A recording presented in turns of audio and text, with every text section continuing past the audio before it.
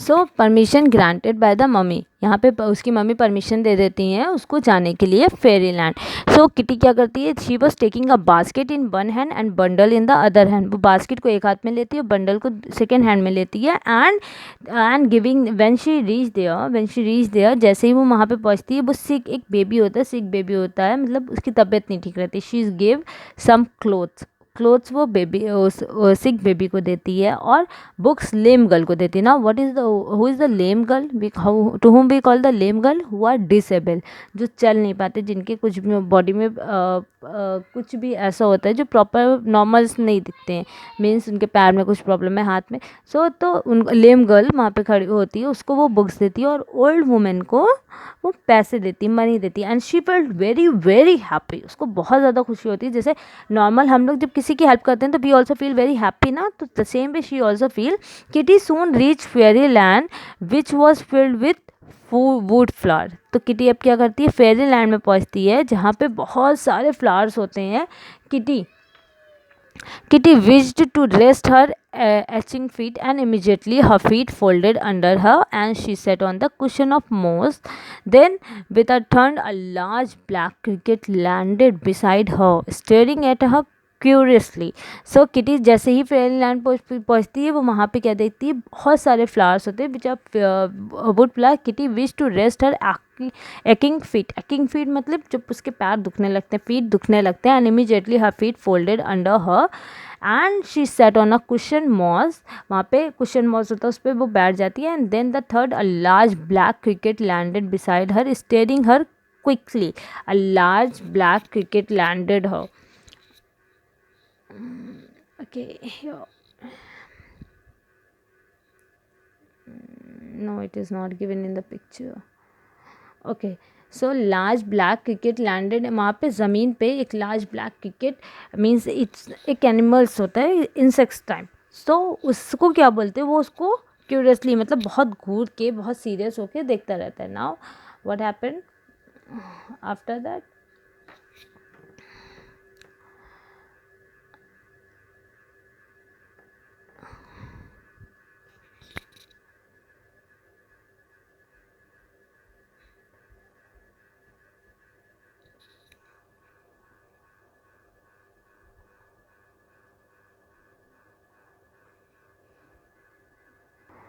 so here, hello, are you related to my cousin Grasshopper?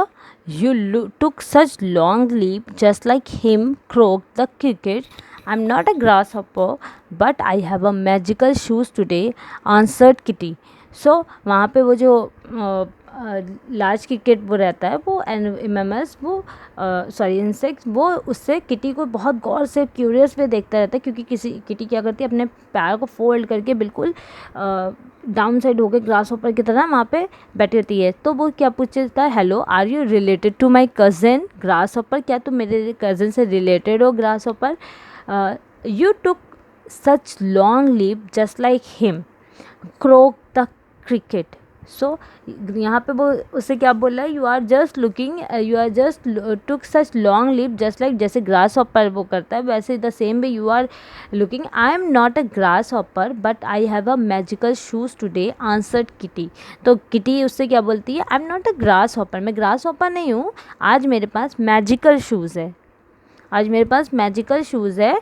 So surprise that she understood what the cricket said, and वो थोड़ा सा surprise होती है सुन के कि क्रिकेट उससे क्या कह रहा है, that it's like a long lip like just like gross hopper की तरह ही वो बिल्कुल वो कर रही है। तो वो उसको थोड़ा सा मतलब समझ नहीं पाती है, अंडरस्टूड नहीं कर पाती कि क्या यहाँ पे क्रिकेट कहना चाह रहा है। Oh, it's mid summer day and fairies play prank today, he said.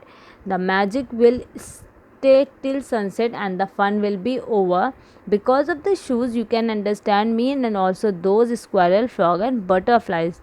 So यहाँ पे oh it's midsummer day, the fairies plays prank today, he said. सो यहाँ पे कौन बोल रहा है, यहाँ पे क्रिकेट जो है जो इंसेक्ट्स है वो बोल रहा है, it's a mid summer day, और यहाँ पे fairies they were playing, the magic will stay till the sunset and the fun will be over. आपके शूज़ का जो मैजिक है वो कब तक रहेगा, जब तक सनसेट नहीं हो जाता है, और तब तक आप इंजॉय कर लो. You can also enjoy here. Because of the shoes you can understand me and also those squirrel, frog and butterflies. उस मैजिकल शूज़ की वजह से आप क्या कर सकते हो, मुझे सुन सकते हो, मुझसे बात कर सकते हो, मेरे साथ खेल सकते हो. Because you are able to understand me because of the magical shoes. Sure enough, Kitty heard all sort of boys singing, laughing, and she understood every word.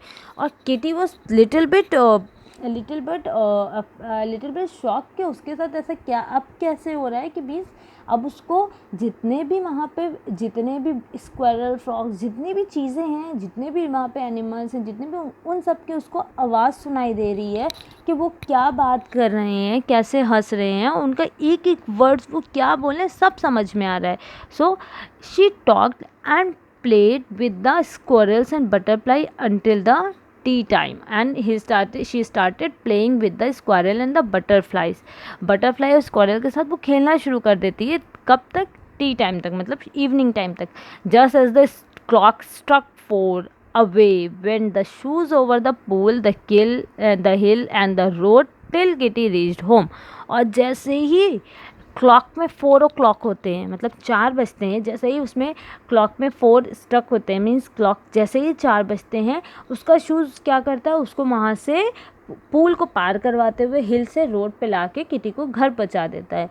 The sun will soon set, I must skip while I can. Though Kitty, once tea was done, she waltzed around the lawn so the prettily that her mother exclaimed, she shall go to the dancing school.